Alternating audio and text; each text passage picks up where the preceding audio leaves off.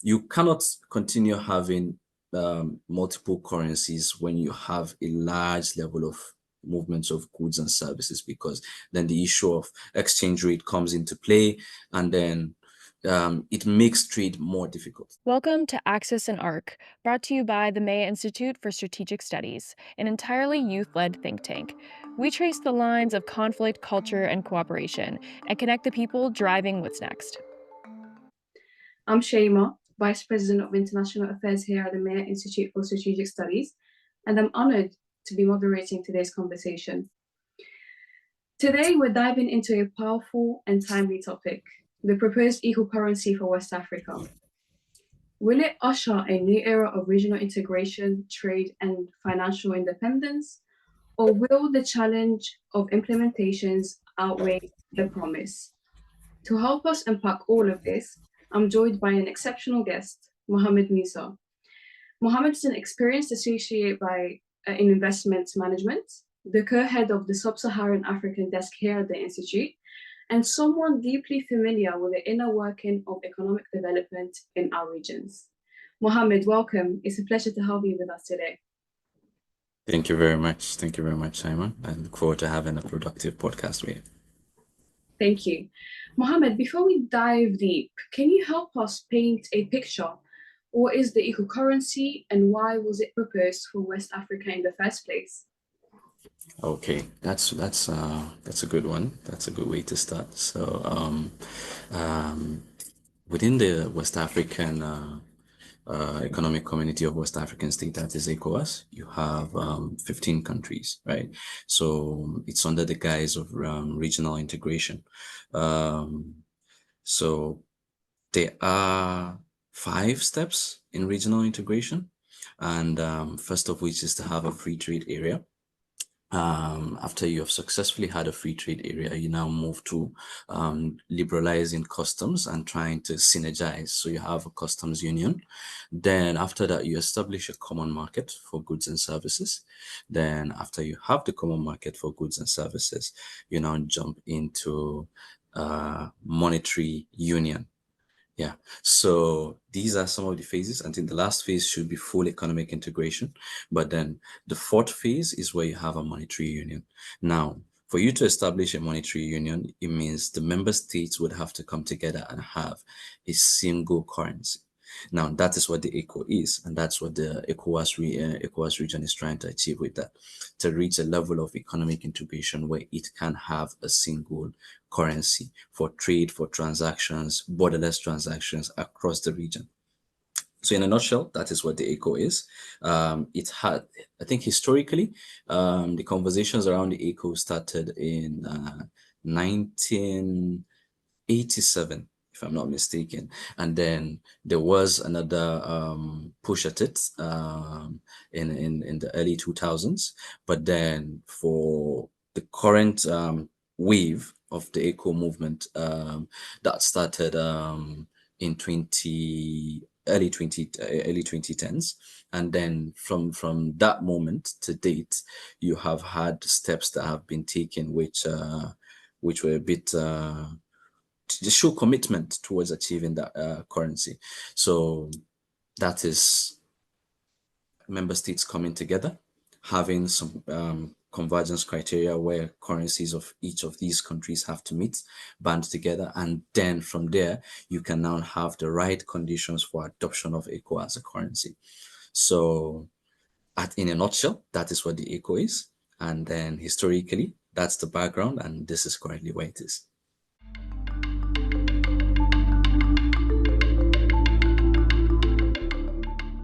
So, when we look at the ambition behind the ECO, what are the main economic hopes for the region?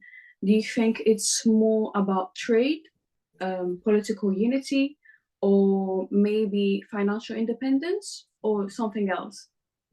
So I would say it's a mixture of these factors, right? But let's look at the West Africa region, like under ECOWAS, and see what would likely be the goals of having a similar or single currency.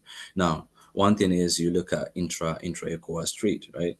I think one of the objectives of ECOWAS is that having a free movement, which is under the free trade area, where goods and services can move freely from one place to another. Now, if you have that in place, and which to a large extent the ECOWAS region has been able to successfully have that, then you are enabling an environment for trade, like borderless trade.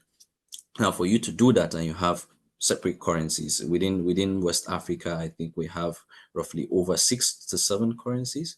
CFA Franc being a cluster for West Africa, Francophone speaking countries, and then you have the Naira, the Gambian Dalasi, Ghanaian CD. So there are multiple currencies. Now, you cannot continue having multiple currencies when you have a large level of movements of goods and services, because then the issue of exchange rate comes into play, and then it makes trade more difficult. So now, for you to loosen that up, you need to have a single currency, where if I, Mohammed, today leave Lagos and go to Accra, I can spend a legal tender that is binding within these two countries. Now, that's the first step to establish that regional trade boost. Yeah, that's the word I would use, that regional trade boost within the region. Now, the second thing would be a form of stability. Now, if I say stability, it might raise some eyebrows, but what it means is, if we are coming together and the objective is to have full regional integration at the tail end, right, then you need to have a level of flow within those stages that would kind of connect and give that stability for when you reach the full regional integration. Now, part of the essentials is that monetary union, and that is where the currency comes into play. If you do not have that monetary union in place, and then you maybe proceed to full integration, then you have different currency objectives in place. So let me explain what I mean by different currency objectives. If you look at it today, the CFA franc for West Africa has maintained a relative stability across the years, right? Pegged against the euro. But if you look at the Ghanaian CD, for example, it underwent some turbulence some 3-4 years ago. And based on these turbulence, they had to tweak their monetary policy objectives. They had to kind of put inflation in check. They had to make sure that their exchange rate has a level of stability, right? Then when that was going on for Ghana, Nigeria was relatively stable. But then after Ghana was successfully able to implement this, then you had a situation where Nigeria also started undergoing these same issues, right? So the instability within these currencies would kind of hinder what I would say free trade, free movement, full regional integration. Now, when you have that currency in place, that stability kind of comes in. On a political front, you have a lot of forms, I would say different forms of government within ECOWAS region. Now, you have some dictatorships, you have some semi-dictatorships, while you have some democratically elected governments, right?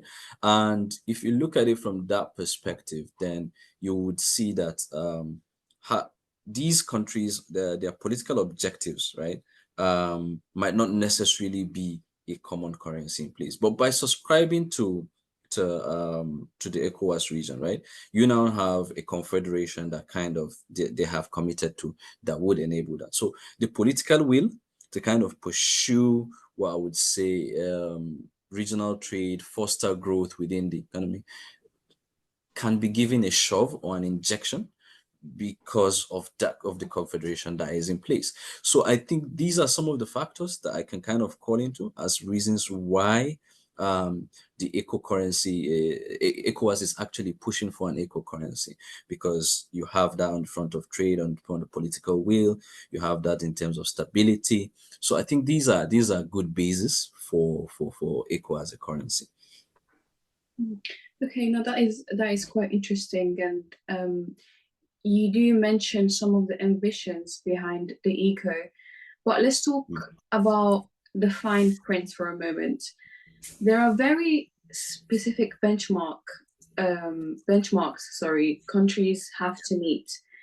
Could you maybe break down for our listeners what exactly are the convergence criteria for the eco currency?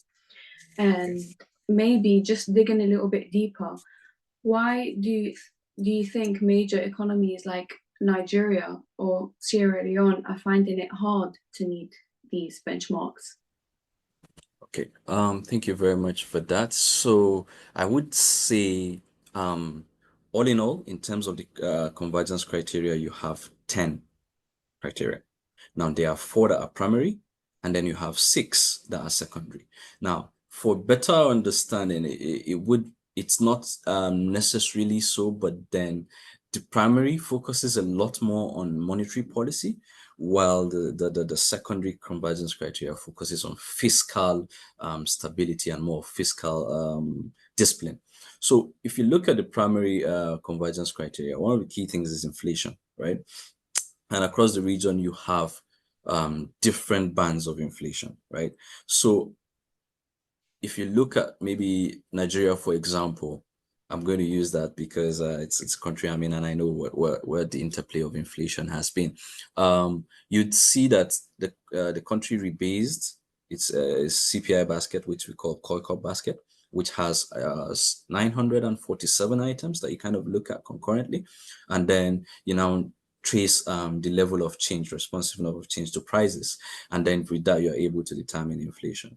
Now, despite the rebasing, right, data has come out for last month showing that inflation is on the rise. Now, it makes sense because you have an economy where the exchange rate is fluctuating, most of the times going up, and then you have a highly dependent imports dependent nation, right? So with that, as exchange rate is going up, prices of goods and services will also go up. So it's understandable. Then if you look at the situation of Ghana has been able to tame inflation within the past few years, right? And then if you look at, for example, CFA countries, they have also been able to maintain that level of inflation. So I'm trying to create a contrast here to say that there is a convergence criteria for inflation to be less than 5%, which I don't think it's achievable at the moment. But the target in itself is what makes the convergence criteria a bit difficult to achieve. That's for inflation in itself, because it at less than 5%, then you have a tendency for countries like Sierra Leone and Nigeria not to meet that target. Now, if you look at the next point, which under primary convergence, it's budget deficit, right? And the convergence criteria accounts for, let's say, gives room for less than 3% budget deficit with India. Now, is it possible for countries within West Africa who, like, majorly to a large extent borrow funds from multinational agencies to augment for budget deficits, is it likely for them to maintain a less than 3% deficit? I personally do not think so, and empirical evidence has also shown so. For example, I know if you look at World Bank, Nigeria is the 5th largest borrower. Yeah, so I think these are some of the things that kind of make it difficult for countries within West Africa to reach that that goal of a less than 3% deficit. Now, if you look at it, another area is central bank financing, which has to do with central bank kind of funding, because central banks are normally the bank to the government, right? So whenever there's shortfall on the fiscal side, then the central bank would need to kind of step in and augment that shortfall. Now, because the convergence criteria says less than 10% to achieve that makes it difficult, because you have countries overshooting their fiscal budget in terms of deficits by more than that amount, right? So and due to the factors that I mentioned earlier, so that makes it a bit difficult to kind of nip that in the bud. Then exchange rate stability is one critical aspect of the convergence criteria. Now, as you know, there's a lot of volatility within. If you look at maybe Ghana, Nigeria, there's a lot of volatility in the currencies, because they have, for example, moved from a more fixed managed float approach of managing the exchange rate to a more flexible approach of managing the exchange rate. Now that creates uncertainty, instability, right, and unpredictability. Gives room for speculators to come into the market and enjoy arbitrage, currency arbitrage, and these do not bode well for the countries within West Africa, and the presence of that makes it difficult to achieve this convergence criteria. Now, if you look at another point, which is public debt, is that I think it's one of the major should I say anchors that make it difficult for that, because the reason is not because we have not met countries within ECOWAS have not met the target for that is set by the convergence criteria. The reason is because countries are moving more towards that target. The target is less than 70% in terms of public debt in relation to the nominal GDP, but you have countries that are below that. For example, I know Nigeria was at 52% in terms of debt to GDP ratio. Of course, the number was less than that some years before, so it's kind of creeping up. And that's where the risk comes in, because if you have that risk in place, then it means that even if you attain the convergence criteria, if you do not have the discipline to kind of police that, then there are issues. There are issues with that. Then another important part is, I think, because the countries are a lot import dependent, you have a situation of import cover and external reserves. So the general idea in economics is you should have import cover for your goods and services. For example, in Nigeria's case, if you do the import numbers by the exchange, the external reserves, you have roughly around 6 months import cover. Now, the convergence criteria gives for 3, but because 3 months import cover, but because a lot of countries have within West Africa have depleted exchange rate reserves, then external reserves, then you have a situation where some of them are at the border of 3 months, and then that makes it very, very difficult, because at any point in time they might have to use the reserves to do one activity or the other, and then that would kind of trickle it down, or in fact imports can also increase, and then the import cover cannot be able to cover the imports, and then you have less than 3 months. So if you look at countries like that belong to the UEMA bloc, which is the CFA countries, then they have around 50% of their reserves with France, and then the other 50 is the reserve that they have to kind of use and locally, right? So that in itself is also another gray area for this, and that could also be like a hindrance to achieving this criteria, because the countries are not optimal. When you have 50% of your reserve somewhere, it means you're not optimal in terms of the reserve capacity you have. Interest rate is another key issue, because it's a major indicator in monetary policy. MPRs of countries, monetary policy rates of countries, determine how commercial banks give out loans and borrow. Then you also have the wage bill of the country in terms of tax, how tax kind of accounts for the wage bill is also another important factor within the convergence criteria. Then tax revenue to GDP is also critical. That shows you that there's a need for countries to improve their tax base within the region, and that in itself is kind of a bit lax at the moment. So these are the convergence criteria that are needed to be achieved to kind of meet equal currency conditions. And I've kind of mixed it up with some of the reasons why these are difficult for countries like Nigeria and Sierra Leone to get to that level.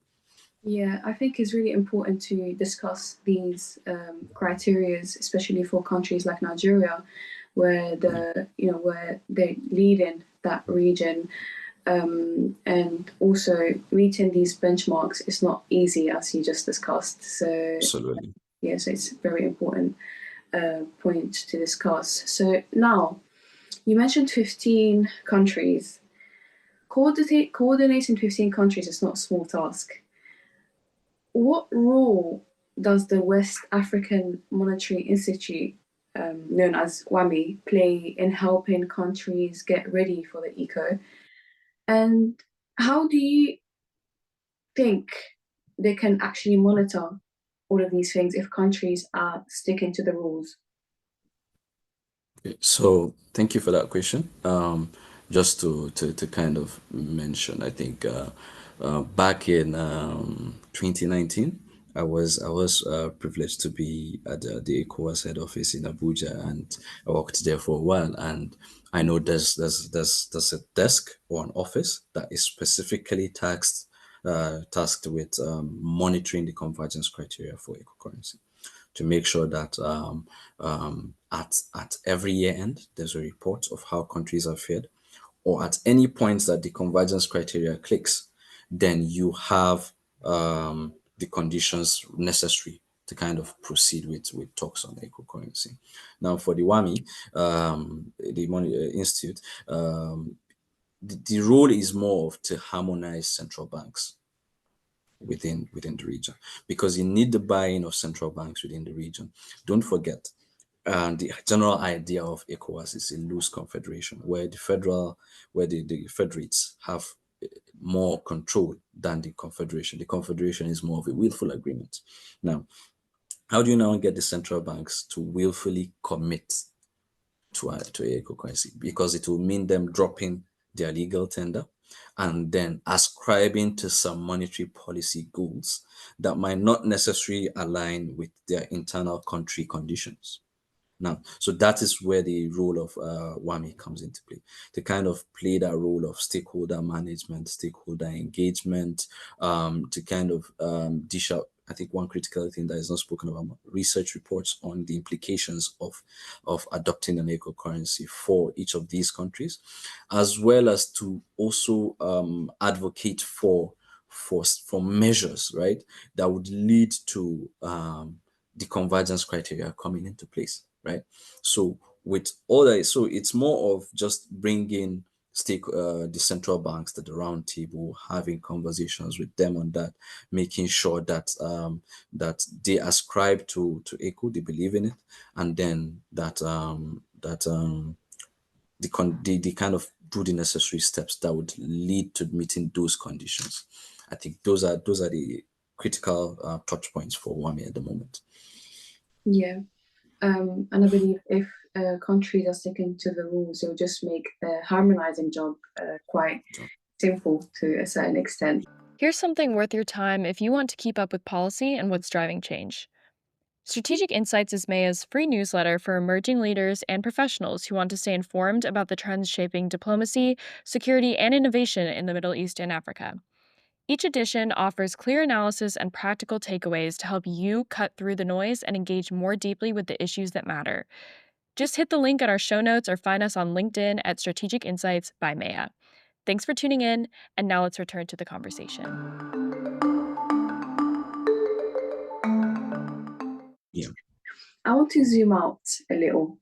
Right now, many Western African countries are tied to the euro through the CFA, the franc. How would the ECO's monetary policy goal differ or take a different approach from the CFA's current setup? I think to address that, just to start, there are 8 countries that kind of are within the CFA bloc within West Africa. Now, I would backtrack a little to kind of give you information on how there was a move by the CFA bloc to just kind of rename the CFA currency ECO to meet that, because they already have that convergence within. So there was a move to rename it, but there was also resistance from the WAMZ, which is kind of the non-French speaking monetary zone for West Africa, that kind of like, no. If you rename that ECO, then it means technically non-French speaking countries would just ascribe to the ECO. Now, there were some conditions that I think ECO currency, the CFA was kind of going to be lax on, to kind of shall I say, as take along the whole of West Africa. So some of which were okay, like the reserves that are housed in France, for example, as a Bank of France, would no longer be there. You'd be given autonomy, and then it would not be pegged against the euro. However, there are still some certain areas where there are red flags. There are red flags, right? It's pretty much the same system, but just stripping up some elements that might raise eyebrows. That's just it. So there's resistance from that, and then adopting that that's for CFA Franc to just ECO means there's still a level of reliance on France, and who knows, the conditions might change. So there's a level of mistrust there. But to move to your question on how ECO's objectives would kind of be different from the CFA Franc, I think the first thing ECO does is the promise of a level of independence. I'm careful of how I'm going to say this. A level of independence from the system that is currently in place, where some French-speaking West African countries do not enjoy full autonomy. So it's more like bringing back that autonomy at a regional level, where we can say, okay, we kind of determine what happens to our currency in the first place. Second thing would also be the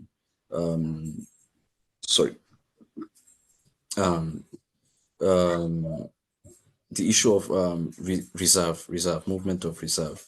Now, I think it's important for a country to have their complete reserves domiciled within maybe the ECO, for example, right?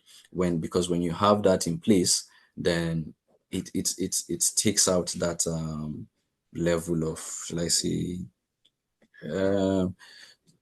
pre-colonial trauma or colonial trauma. Then the important thing is, if you look at the CFA region, for example, in as much as there is a single currency, but evidence is not there to pinpoint that trade really is in the right direction, right? So the objective of the ECO is to just harmonize within the entire region and push for more trade, right? And then you have like a more of ascribing to the AFCFTA implementation, where a single currency kind of just is the spark that is needed to kind of have that free trade area, and then goods and services are being brought. So that in a nutshell would be how it would be different from what you have in the current CFA structure. Okay, that is quite interesting. Also the mention of, post-colonialism is really important as well. And of course, I personally believe that the political environment is shifting too, with countries like Mali, Burkina Faso, Absolutely. and Niger exiting the ECOWAS. So in your opinion, how do you see their exit impacting the ECO's chances, I would say? And could it also disrupt intra-regional trade patterns?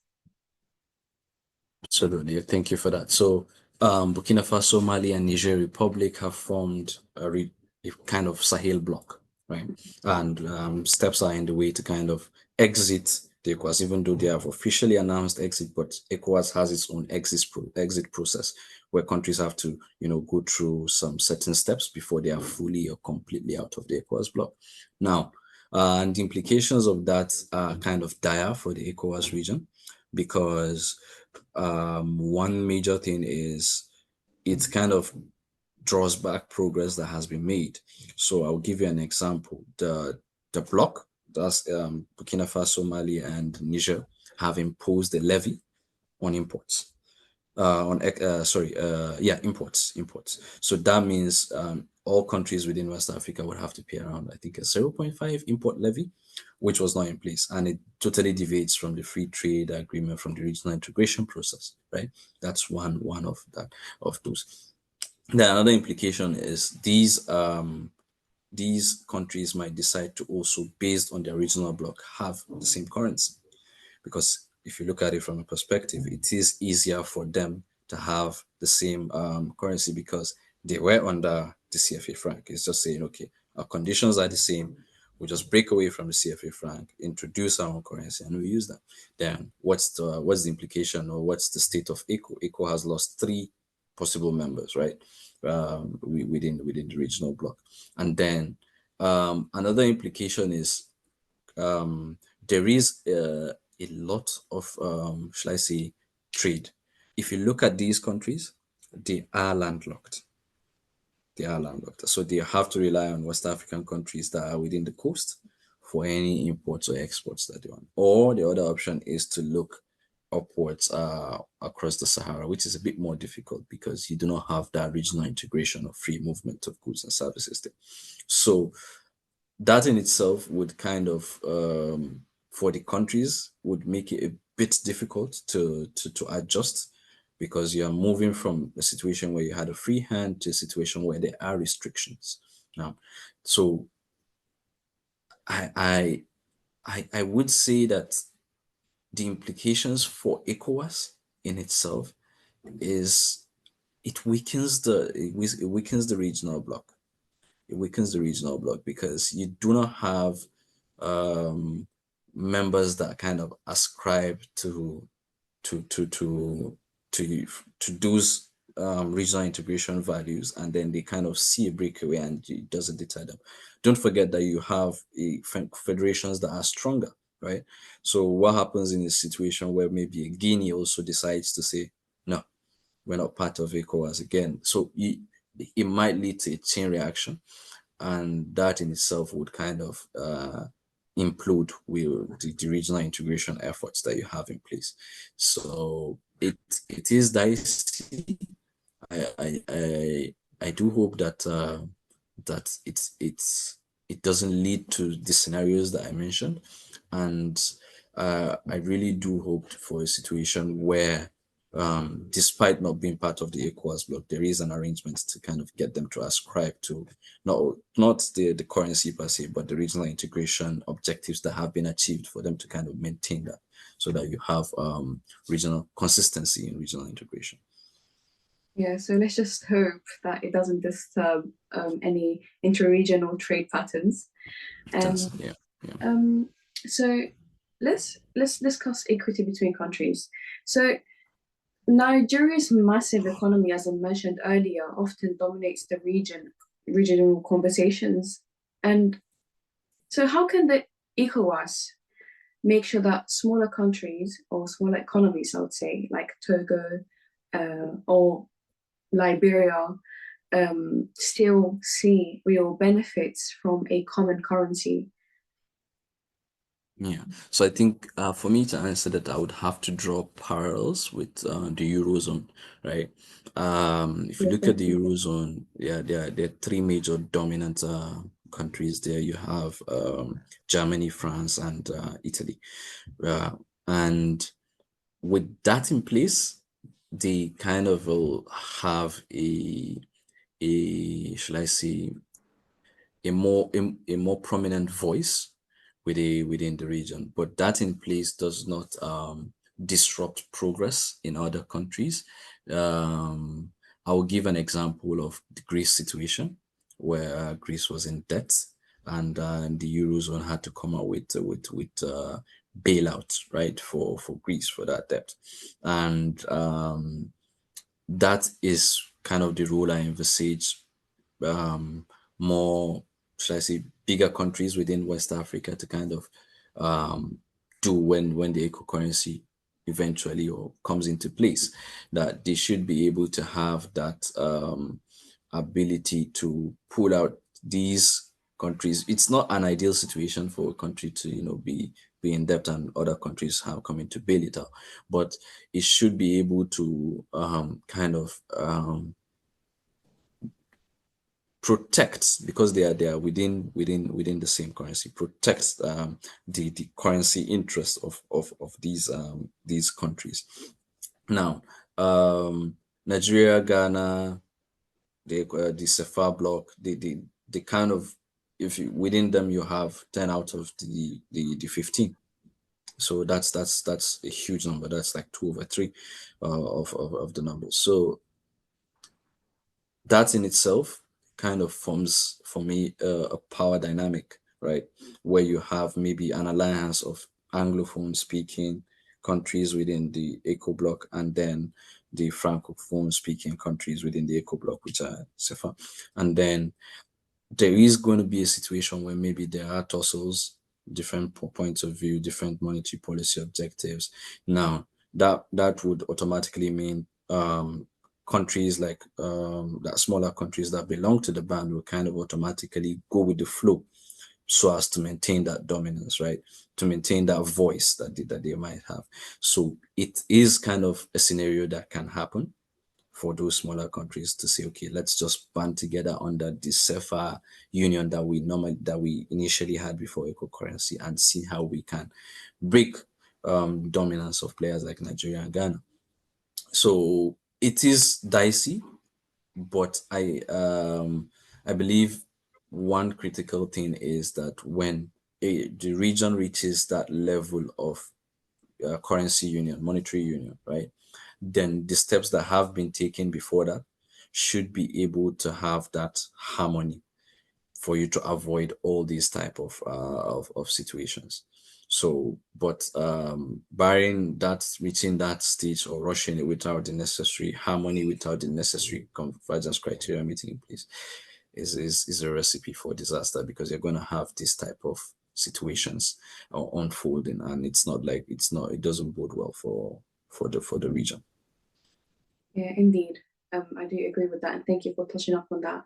And as we move towards a bigger reflection, some might think that a single currency is too ambitious, and we all know that someone is going to be saying, yes, this is too big, we can't do it. Do you think there are alternatives ECOWAS could pursue instead of a full monetary union? Yeah, so I would not say a single currency is is ambitious. I mean, it's part of what you look at when you're trying to have regional integration. However, I think I like the idea of alternatives that you mentioned, because there are some steps that kind of need to be taken before you get there. Now, let's run an assessment of ECOWAS regional integration. How well would you say it has gone in terms of free trade area? That's good. In terms of a customs union, not necessarily. If you look at the common market, yes, to a large extent there is the ECOWAS trade liberalization scheme, but the implementation is not there. Then, because you have these gaps in these steps, and ideally these steps are supposed to be fully achieved before you move on to the next one, then you have lapses within the regional integration framework, and that's what you're seeing with the eco currency, because there are lapses in those previous steps. Then if you don't have the necessary conditions, even the convergence criteria, if those steps had been followed, then it would be closer to achieving the convergence criteria.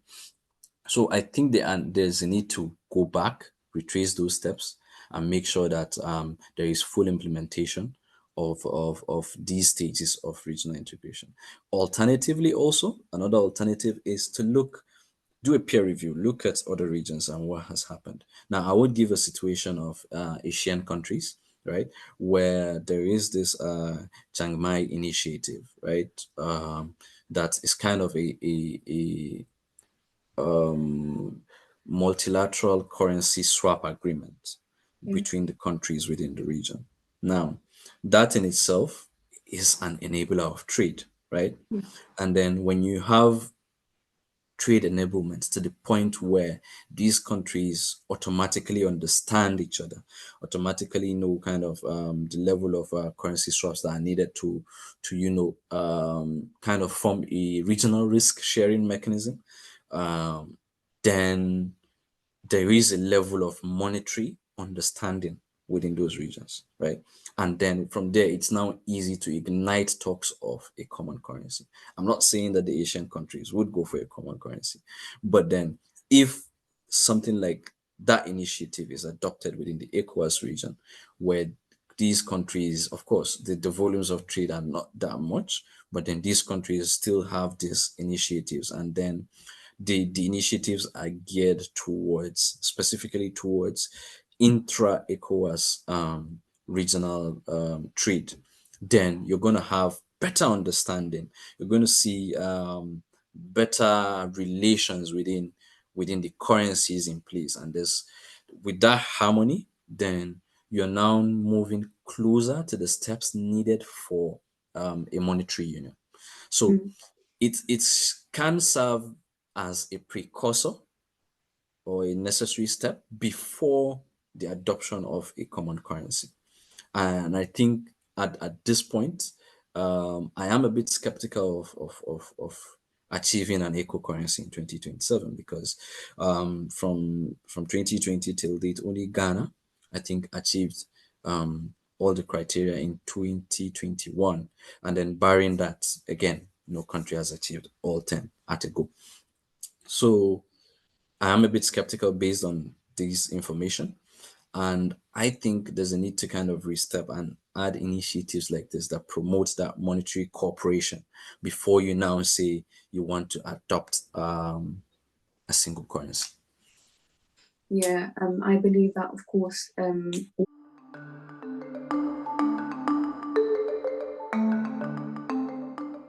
one idea that always comes up in financial circles is learning from Asia. And like you mentioned, the MEA initiative is, it's a flexible cooperation and it's a model.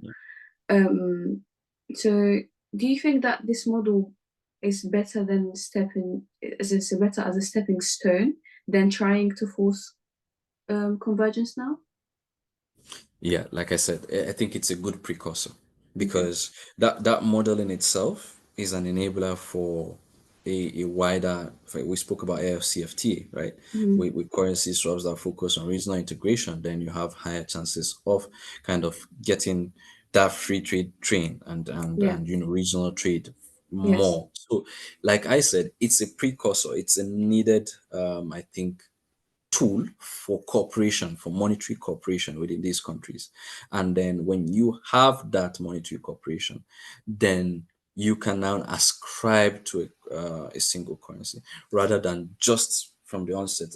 Remember, we spoke about some missing steps within the regional integration process. Now, with those missing steps, you have gaps, right? And I think this initiative would kind of come in and say, give the necessary cooperation needed to mask gaps within the monetary side of the ECOWAS bloc, and then you can have better understanding, better cooperation, and then from there you can lift off to currency ambitions. So for me, it's just to tone it down a bit at the moment, retrace the steps, and then adopt initiatives like Chiang other initiatives that promote trade, and then you can now push up and then we'll achieve a common currency. Yeah, it's all about planning, I guess, and learning. That brings us to the end of today's conversation. A huge thank you to you, Muhammed, for sharing your insights and helping us better understand the opportunities and complexities. Thank you for listening to Axis and Arc, a production of the MEA Institute for Strategic Studies. At MEA, we're committed to fresh perspectives and practical insights on diplomacy, security, and innovation across the Middle East and Africa. If you enjoyed this conversation, please follow, rate, and share this podcast. And don't forget to subscribe to our Strategic Insights newsletter for more analysis straight to your inbox.